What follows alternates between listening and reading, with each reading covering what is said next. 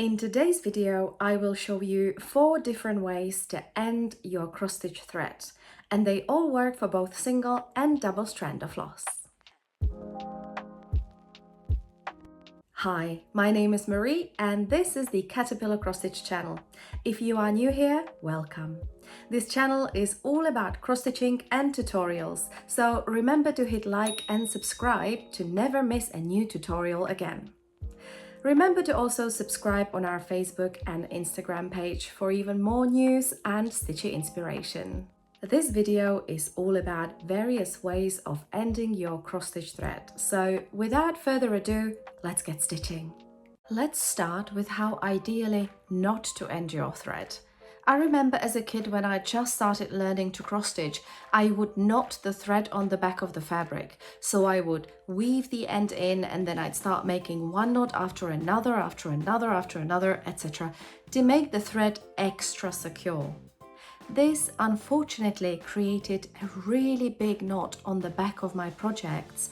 Not only did they create a visible bump on the front of the project, sometimes they were so bulky that they would make it difficult to stitch around them. When I started stitching again a couple of years back, I have done a lot of research, a trial and error on ending threads, and these 4 methods are now my go-to. Method number 1, weaving ends in. Let's first look at weaving the thread in from the back of the fabric. Once you've finished your last stitch, turn your project upside down and weave your needle through a couple of stitches on the back. Depending on how many I have available, I usually do 3 or 4. Cut the thread as close to the fabric as possible without damaging any of the stitches it's woven under. This is so that you don't have loose tails on the back that would then tangle while you put new stitches in the fabric. The remaining methods are all done from the front of the fabric, which is really handy when your hoop or frame is in a stand and turning it around would be inconvenient. You can actually use the weave-in technique from the front of the fabric too. Although not my personal favorite, it's perfectly functional and many stitchers use it, especially to achieve an extremely tidy back. When you finish the stitch, bring your needle up again and run it underneath at least 3 to 4 stitches on the front of the fabric. Clip it really close to the fabric without damaging any stitches and you're done. Obviously, this technique only works for stitches of the same or very similar color next to each other. Method number 2, waste away thread. Let's see the waste away thread technique. Once you've finished your stitches, park the waste away thread in a place where you know you will stitch over it. So I will leave this thread here and stitch over it with a different or even the same color, and when I'm doing this, I'm stitching over it in the back, so I'm securing it from moving anywhere. When I get to the tail, I just clip it and throw the rest away. The one thing to be careful of is using very contrasting colors. If my waste away thread is black and I'm stitching over it with pale blue, for example, I will most likely be able to see a shadow of the black thread in the pale blue stitches as it gets stitched and tangled in on the back. To prevent that from happening, it's really useful to know the pin stitch technique. Method number 3, pin stitch.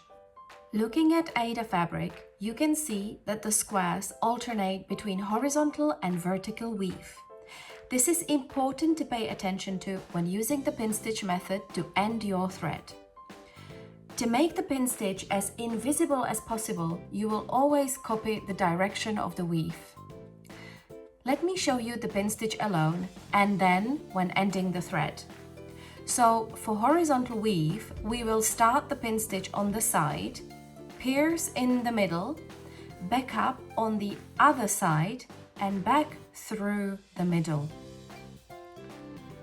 For vertical weave, we will start the pin stitch on the top, pierce it in the middle, back up at the bottom and back through the middle.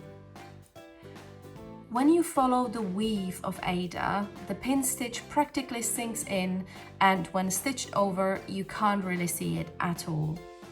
When you don't pay attention to the direction of the weave and use, for example, side-to-side pin stitch on vertical weave, the pin stitch remains very visible compared to the previous stitches we've seen. Now, let's see how to use this stitch when ending your thread. Once you've finished the stitch, bring the needle up again in the correct spot. The weave under my stitch is vertical, so based on what I've just explained, you would need to bring your needle up at the top, down in the middle, up at the bottom, and down in the middle again. You don't have to turn the fabric around, just bring the needle up again and cut very close to the fabric without damaging any stitches. This technique is absolutely excellent for dealing with isolated stitches or contrasting colors, as we've discussed when doing the waste away thread. I sometimes combine the pin stitch technique with waste away thread technique in a sense that I will not do the pin stitch under the last stitch, but away from it. When stitching around, I will cover the tail on the back and secure the thread even more. It's important to plan really well though. If ending a thread this way, make sure you place the pin stitch where you will actually stitch over it, otherwise it will be very visible on your finished piece. Also, don't end black thread where you'll be stitching with white over it, etc. Just be mindful of any potential significant color contrast. The last method that I'll be showing you today is ending your thread with a loop stitch.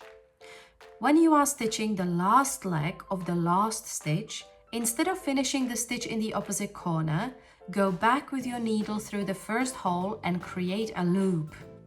Bring your needle up in the opposite corner, through the loop, tighten, and pull through the first corner until the loop disappears underneath the fabric. I, however, don't find loop stitch to be secure enough on its own. Therefore, I would combine it with either of the ways we've seen so far and see it almost as a bonus security rather than being able to reliably hold the end of the thread on its own.